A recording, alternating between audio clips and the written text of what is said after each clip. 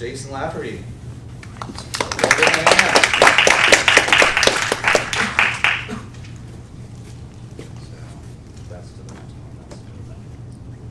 if you want a microphone, you can use this one, or if you don't have to. All right. Thank you everybody for coming out today. Appreciate it. This is pretty exciting. Feel very honored, grateful to be in a room with this guy, hanging out with Pedro here.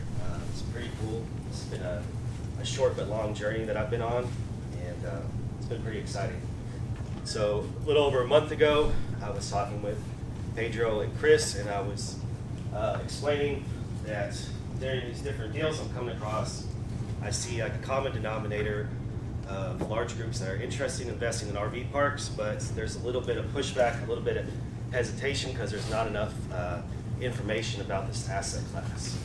So they're like, let's give some real life examples, maybe a little bit of workshop type thing, and so here we are. I'm out of Fort Worth, Texas. I got my start with Whitney Rose RV Park. We've been open for 4 months down in Lake Whitney. It is a 60-site park, and come Halloween, after 12 months being open, it was about $700,000 project, and we're hoping to be valued about $2.5 million. So that was kind of my little rocket ship into this industry. And then currently, we are building a 70-site park in Grant, Oklahoma, next door to Choctaw Casino, which is pretty exciting. It's been rough, but we're getting there. And it's an $800,000 project. We got lofty expectations to eventually sell to the casino because we're right across the street. We're feeding them. This is right in their buy box to have an asset right across the street that feeds their casino. That's what they care about. So our dream is to sell that for $4 million for them in a few years. I got 2 more existing parks under contract, supposed to close in May. One that I have an NDA on, I can't really talk about, but it's really cool. It has ATV trails, treehouse cabins, petting zoo, and all this stuff. And it's just missing a few pieces to be a really awesome park. And then second is the fix and flip example that I'm about to get into. I've been a serial entrepreneur for 17 out of 19 of my adult life. It's safe to say I don't really like working for people. It's kind of not my jam. And but I'm off-market RV park deal specialist. I'm talking to about 12 different RV park owners that are interested in selling each week, looking for that next one. And I've also built a little family construction business just focusing on this. We only do RV parks. I got just pretty mostly family, and we're just trying to build up that side as well. Just, you see a common theme here: construction RVs, investing RVs, real estate RVs. So the first example is what I like to fix and flip. So it's a pretty good screen, but the basics of it is it's outside of Lubbock, Texas. It's off of Highway 84, a very popular route. It's just 10 sites. It's a little nugget, and it's a very popular destination. If somebody's coming from DFW, Austin, San Antonio, they're going to Colorado for a family trip, they want somewhere to stop overnight halfway, they're picking a little park over here. So it's real popular for that, as well as a little bit of workers in the area for monthly. It's as basic as it possibly can be. There's a little city park right here. There's plenty of little pictures with ducks, and it's just a real basic park. So ended up coming with 4 extra lots here, and so the play here is you have these 10 existing sites. You already got city approved 6 more back-end sites right there. That process was a phone call to the guy at the city. It's a very small town. He's like, yeah, send me an email. I scribbled on a piece of paper, electric, water, sewer lines are going here, here, here. And the next day he called me and said, that looks good to us. So there was no civil engineers, there was no permitting process. It was like a high five. It's like, that's pretty neat. It was like, you don't need anything else? He's like, no, just fill out this permit, talk to Bob, you're good to go. And so the play here is, we budgeted about $60,000 to do these 6 sites, redo these existing sites because they've been neglected a little bit. Just put some fresh gravel over there, level them off, and kind of clean them up a little bit. And we expect to double the gross income from $3,000 a month to $6,000 a month. And we can keep it, but a small park 6 hours away from the house sounds like a headache and not like an ideal property, so fix and flip. And at a 10% cap rate, we're going to expect to list it around $450,000, $480,000. Similar to single-family houses in a scenario, what can you buy it for? What's the rehab? What's the ARV? And so this scenario, Carla actually found this man and got old Archie on the phone, and he was like, "Give me $100,000, I can retire, and I'd be happy." And so I was like, "Okay, I'll drive out there the next day." And sat down, met with him and his son, and negotiated owner financing for half of it. So we're just bringing 50 grand to the table, a budget for 60 grand in construction cost. The owner financing is just costing us $500 a month. So from day one, we're already cash flowing $1,500 a month, so we don't have to be in a big hurry. We're not bleeding out cash. There's not running out of funds. But we definitely want to speak up a little. Okay. We definitely want to add some marketing and all that. So with a $450,000 ARV, we expect that to be about 2.8 multiple. And it's just right now the gentleman doesn't have a website, no credit cards, no online presence whatsoever. So 67% of people want online booking. They want to be able to click a button and they want to be able to park it and go about their business. So by simply adding some basic marketing principles, some basic Google ads, accepting cards, it's not going to be that hard to really blow that thing up. And we're hoping to sell it late summer, or we can hold on to it as well. So the next one, mid-size RV parks. They to me it just sounds like BRRRR method: buy, rehab, rent, refinance, and repeat. Because they're big enough to where you can justify professional property management. They're usually 6 to 10% of your gross, to where you can create a process, you can find the right property, you can put the systems in place, and you can set it, forget it, move on to other projects, especially after you get to the refinance stage, because that gives you more power. So this one is one I'm trying to sell for gentlemen, and it's outside of Weatherford. 30 minutes from Fort Worth. It's $1 million purchase price, negotiated 30% down, and he's going to owner finance the rest at a 30-year amortization schedule, 6.5% interest. So in a 5-year balloon, so pretty decent terms for somebody that can go in there, and I estimated about $200,000 budget. So you bring $300 to the table, another $200 for renovations.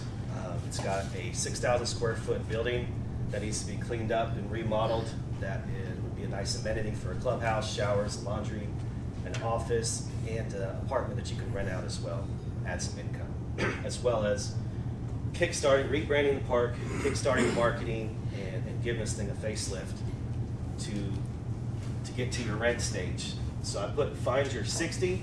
It's an 80 site park with parks. The goal is 75% occupancy. That's the sweet spot, because everybody wants to refinance and have some long-term stable debt. You can take out a few $100 grand and do some other projects as well. So a lot of the banks that I've talked to, if you talk to dinosaur older banks, they're going to want 2 years of profit and loss statements and tax returns, and they're dinosaurs in my opinion.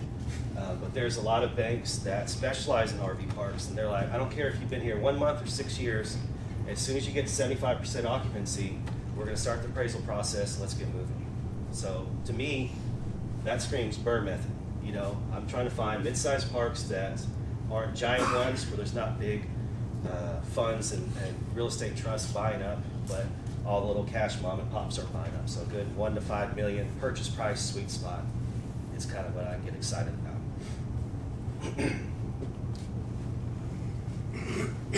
And then third, I was thinking a lot of folks that are real estate investing are pretty familiar with multifamily. They know the plan, they know the game.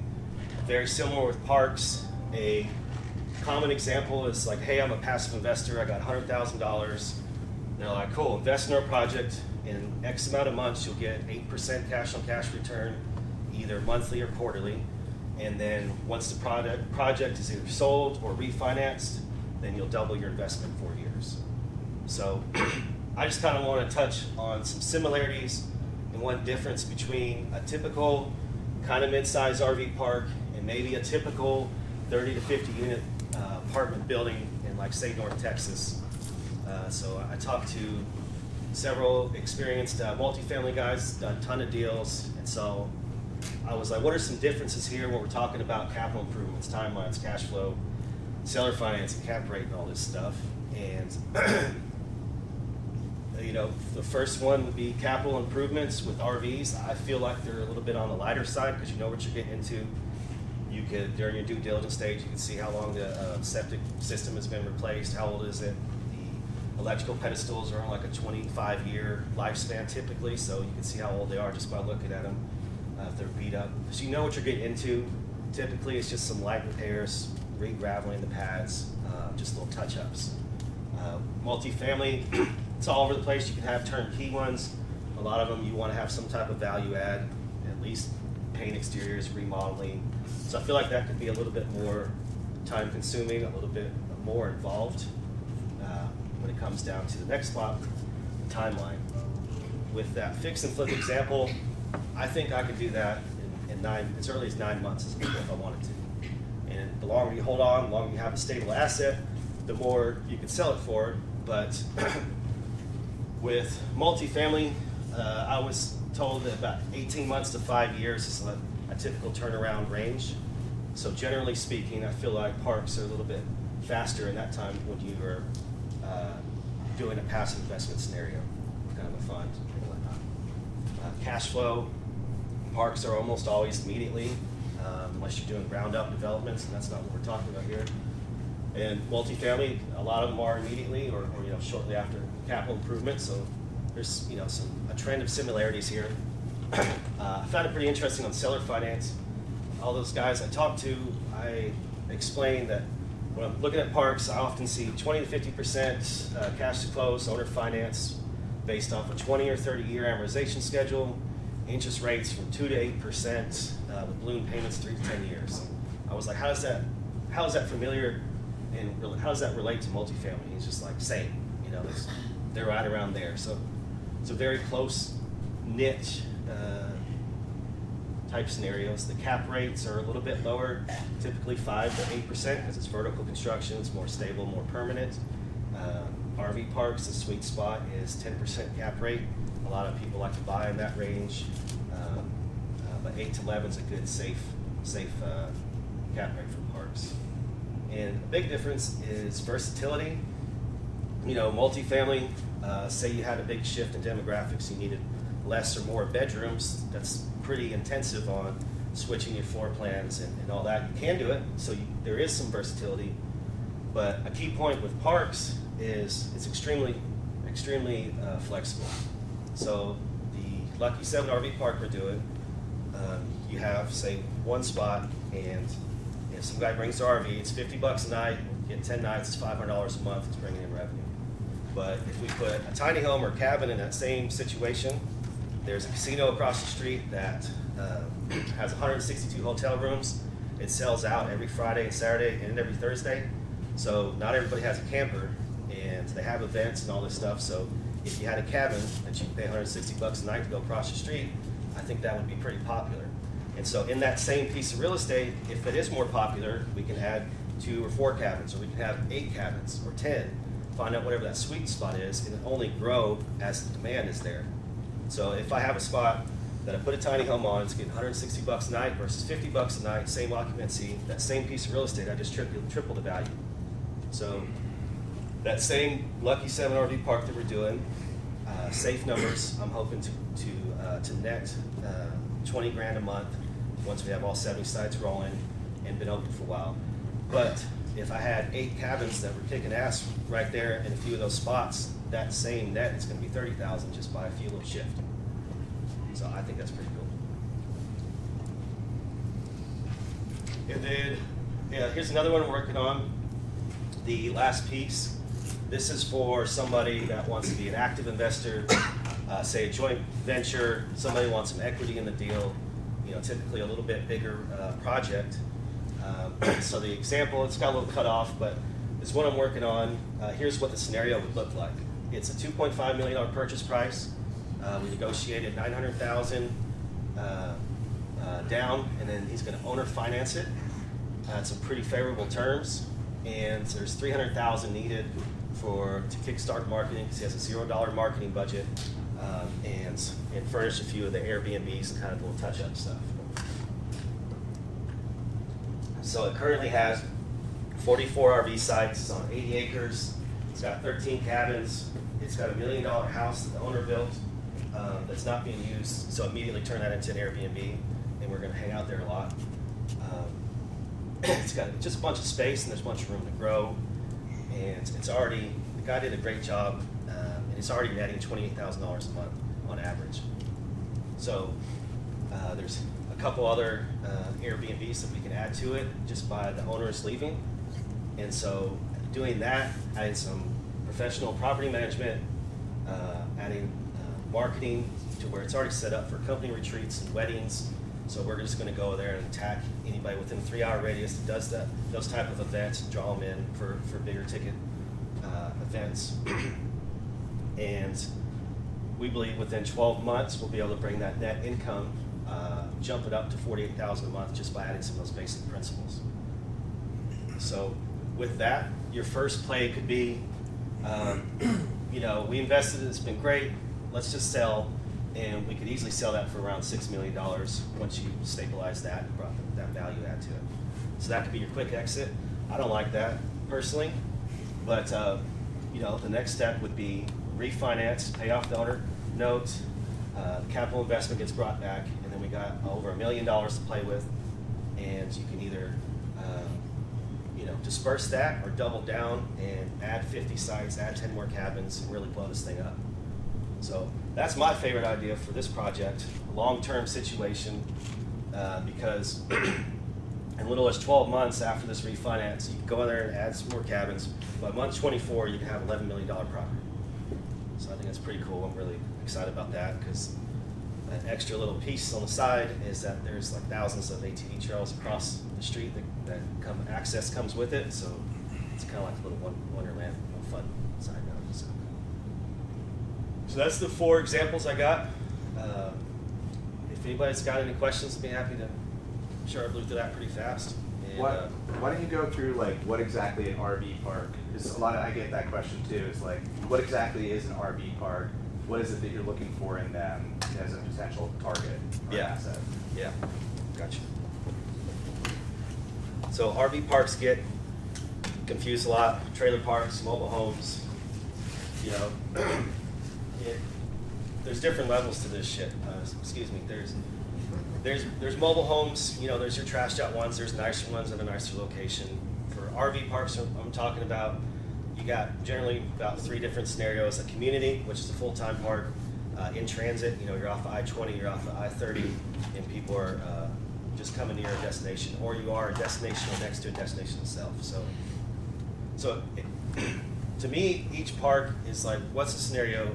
To me, it's a piece of art on what it is, what can you do with it, what are they missing, what can you add to it, and pretty much what can you make of it. An average, I guess let me back up. To answer that, I don't know, still like 70% of owners have owned parks, single family, for over 20 to 40 years. Baby boomers, if they don't have somebody to pass it on to, they're going to be selling anyway, so there's a lot of turnover. And so when you're buying existing parks, a lot of times the play was, I got 5 acres, I'm going to build 60 sites, but there's 10 extra acres that are unused. So if it's a good area, they did a good job, you can go in there and buy it at a decent price, do the construction, and really turn that asset 3-4x your investment. Yes, ma'am. Okay, so you were talking about the 3 types. Just to show my ignorance, it wasn't until about 3 years ago, 2.5 years ago, that I learned that people actually live in RV parks full time. I've always thought that they were transit. Right. And Or they say they like the transit lifestyle, but they've been in the same spot for 5 years. Right. Now, the ones that they live in are like the ones you described, where they have pools and not event centers, but like where you can go in and Clubhouse. have a birthday party. Clubhouse, thank you. So there can be elaborate like that. There's one out in Nevada, I don't know if you've seen it, but they actually have privacy fenced spaces, and Mhm. wrought iron gates that you can. They're doing a lot of that, It's really Lake Lavon. fancy. So how do you feel about, do you go to that extent on your designs, or you just do, you know, what, I guess, you could charge more if it's fancier, I Mhm. guess. Yeah, If absolutely. you're more willing to stay there longer. But I do like the idea of the next two attractions, because that would, so what, when you're looking at RV parks to buy, what is your number one to buy? Is it the ones with the attractions? That's the tough, because I guess you say RV parks, the answer always is it depends. You know, my goal is to make some money. My goal is to like that last example, is to be a part owner of a really cool ass park that I can go and spend time with my family and friends as well. So it depends on what your goals are, and also depends on what you're working with. You know, because it's really nice to have a resort swimming pool and concrete pads, but it could be easily $10 a square foot for concrete. You know what I mean? So it's a whole different ball game. So I'm just looking for home runs, to answer your question. The fix and flip one in West Texas, to me, that seems like a home run. You're adding basic marketing principles. You're having a little bit more structure. You get an online presence, and it's really easy to do, and you can make a massive difference. Did you fund that one already in West Texas? Yeah. Yeah, New Year's Eve. Met some guy on the internet.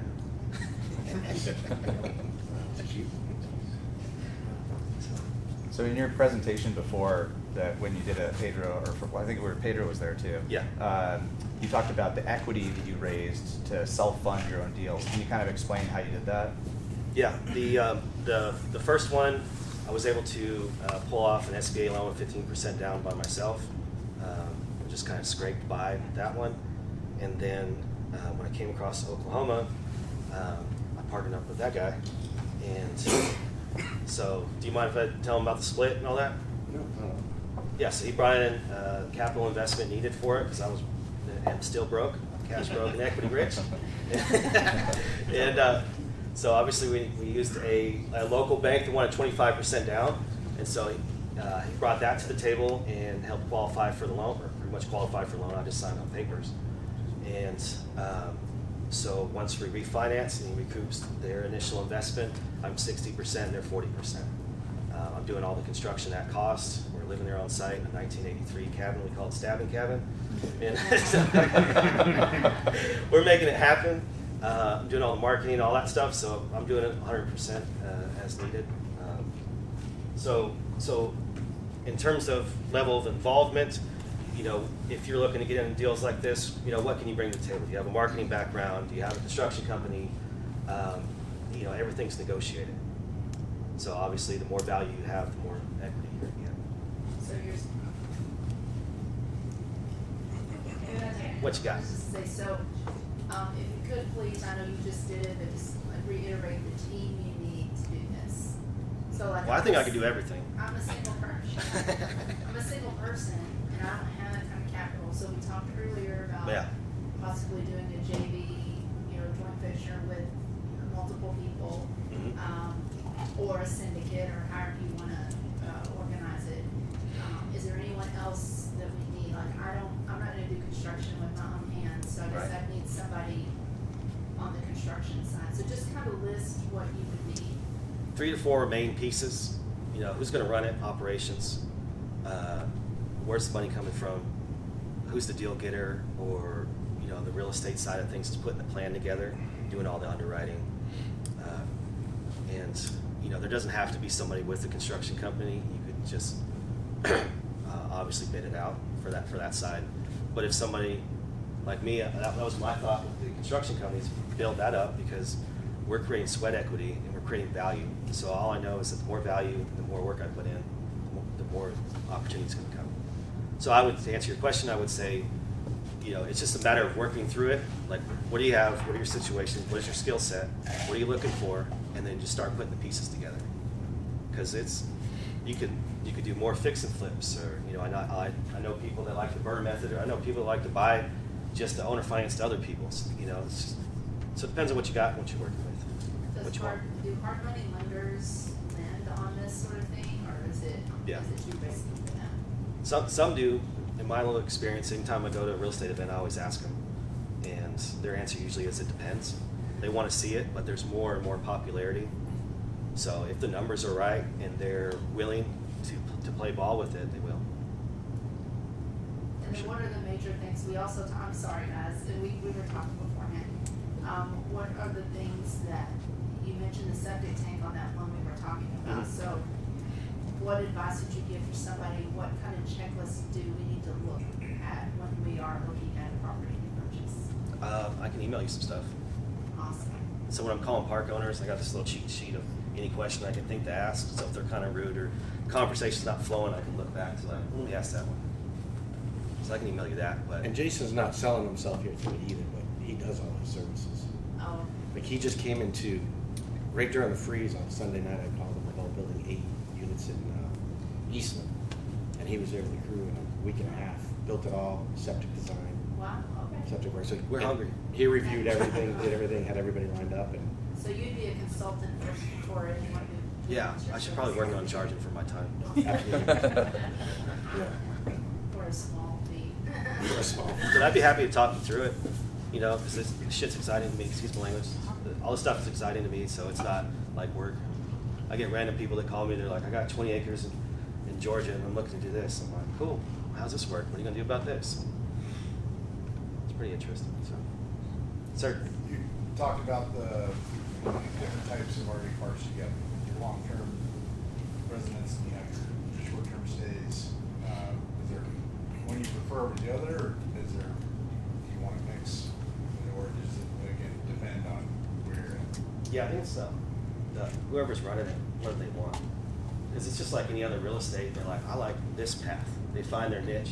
You know, I like flipping houses, or I like the bird method. You know, or if you're full timers, it's gonna be more hands off. You don't need to hire a professional property management company for that. Typically, you have a couple of people that live on site for free. Just create simple processes for them, checklists. You know, using basic softwares. So it's pretty easy to set that up. But if you have a hot spot, short-term spot where people are just coming, turning, and burning, there's more profit in that. And so justifying that, you want at least like 50 sites or so to justify a professional property management company. And it's like, here you go, and it's mailbox money. You have to, they'll have like a separate expense account for if plumbing issues happen, but they'll give you reports afterwards, so you can be really hands-off. Yes, ma'am. Is there a place to get the data about the market for RV spots and that kind of stuff? Because I'm thinking, are you gonna be Starbucks where there's one on every corner, and can we really support that in some areas? Where do we find that data? What's it, the National Campground Association, they call it ARVIC. They have a lot of data. They said last year, next 5 years, there needs to be 5,000 more RV spots, so about 1,000 more parks across the U.S. just to keep up with demand, not even oversaturate, just to keep up. So I really like that number. But Texas, I mean, everybody's coming here. There's parks blowing up everywhere. So I was talking to her, Lake Texoma, they put a stop on building any new parks there. So if you try to buy a park around Texas, Lake Texoma, it just got more expensive. Just north of Houston, Willis, Texas did the same thing. So you're starting to see those things being implemented. But I still think there's tons of opportunity. And this is more hands-on type of properties. You go out there, you drive out there, you get a feel for it, you get a vibe for it, where are the people coming from. You can go to the Chamber of Commerce and ask, where's the tourism coming from, where's money being spent, where are people working, and then that kind of paints a picture of what you're getting into. Yes, ma'am. What about local codes? Because you're saying they're now putting in limitations on what can be built, so how do you find those local codes? You just call the county or the city. They'll tell you real quick. Just have your address ready. Rough, hey, I want to do 60 RV sites here. I'm looking at here at this spot, and they'll tell you pretty quickly. So like Hill County, where I built Lake Whitney, there's only one permit in the whole county, and that's for a septic. And the sheriff is the guy that comes in there and checks on it. You know, but Johnson County, what he's dealing with is everything that you look at has to be engineered, touched, and it's everything to the nines, and it's right next to it. How many spots can you fit comfortably per acre? If you ever take 10, a big one in city sewer, because you don't need wasted space for your aerobic or your leach line for your septic system. The next big question is soil dictates whether you can do an aerobic or a conventional system. So if it has to be the spray fields, you lose a lot of territory for that.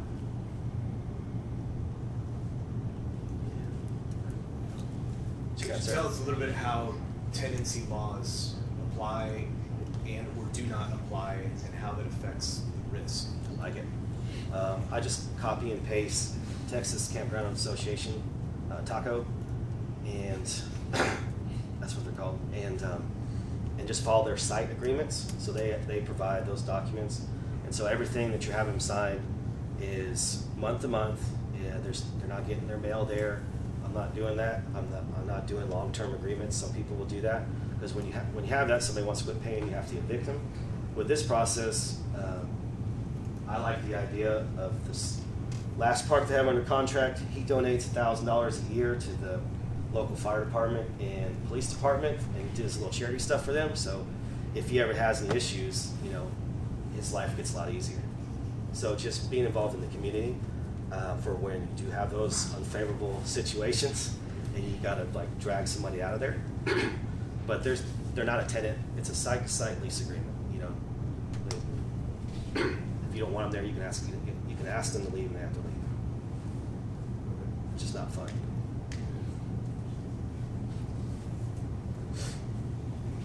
The one at Sandy Lake has its own little, mail area, you can get mail there, so that's like a whole different ballgame. And those tenants have to be evicted if they stop paying. I don't do legal and I don't do civil. So I just know that when you have mailboxes and you have any other type of permanent type situations, they have more legs to stand on and say, hey, you have to evict me, and treat it like a tenant situation. What's the best ROI on Development. development? It takes a lot longer, but if you can do like what he's doing and find a nice piece of land, 30 acres, build 135 RV sites on there, and put a wood fence around it, and that sucker fill up, you can't beat that ROI. You're 3, 4, probably 4 or 5x in that investment.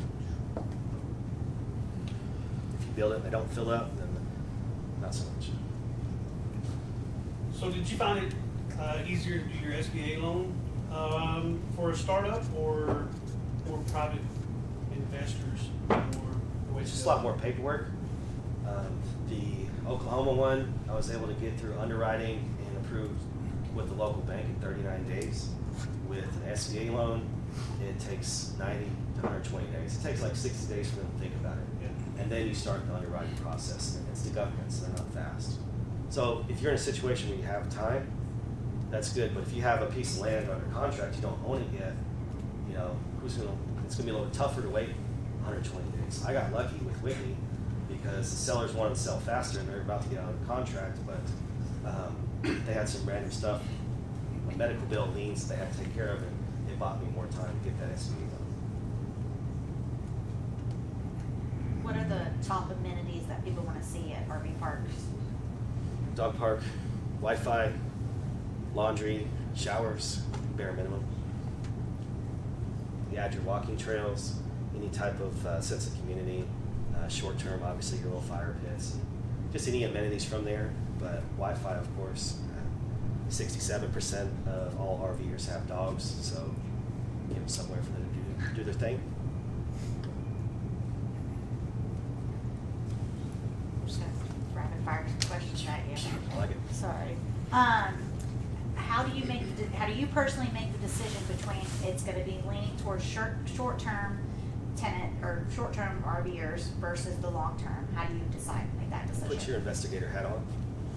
Look in the area. What's drawing people to that area? Is it seasonal? What's the tourism like? Like I said earlier, you can jump on the phone call to Chamber of Commerce and ask them some questions. They'll be happy to talk to you about that. But just look in the area, you get a feel for it. Like down by Houston, around all the refineries and stuff, it's full time. It's those workers that. Mhm.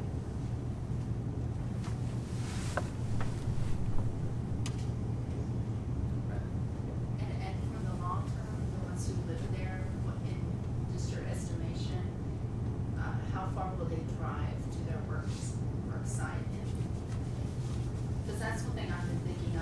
find all these pieces of land that are out in the middle of nowhere, that you know, how far are people willing to drive to their jobs or to shopping for eateries?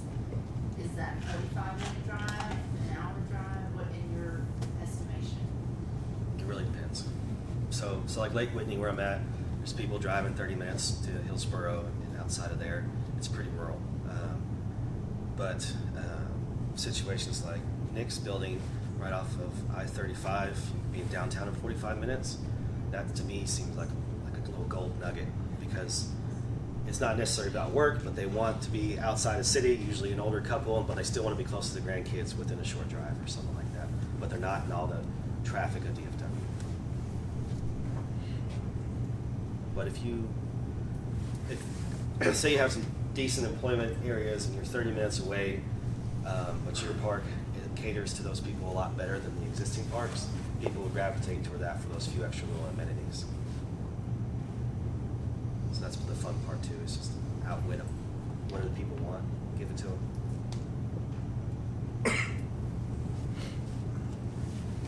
And I did want to mention that we work with investors on the equity side, and we've seen an increase in RV parks.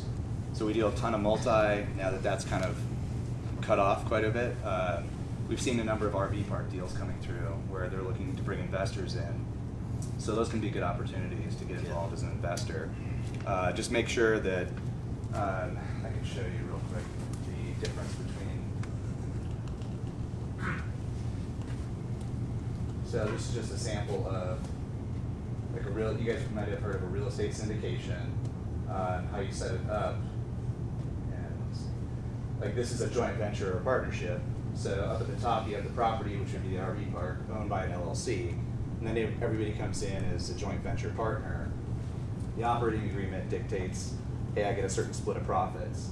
The tricky part is securities law can apply if you're bringing in investors. So like I'll talk with you guys for free and tell you what to avoid or what not to avoid.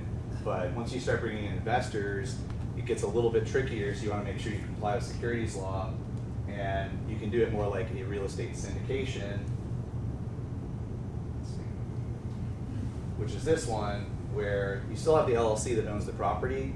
The investors invest in that as either LPs or Class A members, which is off on the right, and they put their capital into the LLC, they get a certain split of profits, and then down at the bottom, sponsor would be like Jason putting a deal together, and he'd get a profit split off of that, like a carried interest promote, like a 20% usually through another LLC. So you can set it up like a real estate syndication for an RV park, and that helps with securities law compliance as well. So you always want to make sure that if you're dealing with investors coming in, that you make sure that either it is a joint venture truly, or it's a securities offering that we need to make sure we've complied. And it's not that hard to comply. There's some disclosure things, documents you need to get, and some filings you have to do with the SEC, but it's not overly complicated. So how often are you approached by a lot of equity investors? It's been a little bit of a roller coaster. We're doing exactly that on the fourth part. So I'm with the group that limited partner, general partner, Okay. and 506cc, I think it is. Mhm. So I'm learning that side of it. Okay. But when I'm talking about these deals, if it is a joint venture and they have some equity and some skin in the game, they get more excited. If it's passive, they're like, yeah, it's a little bit quiet.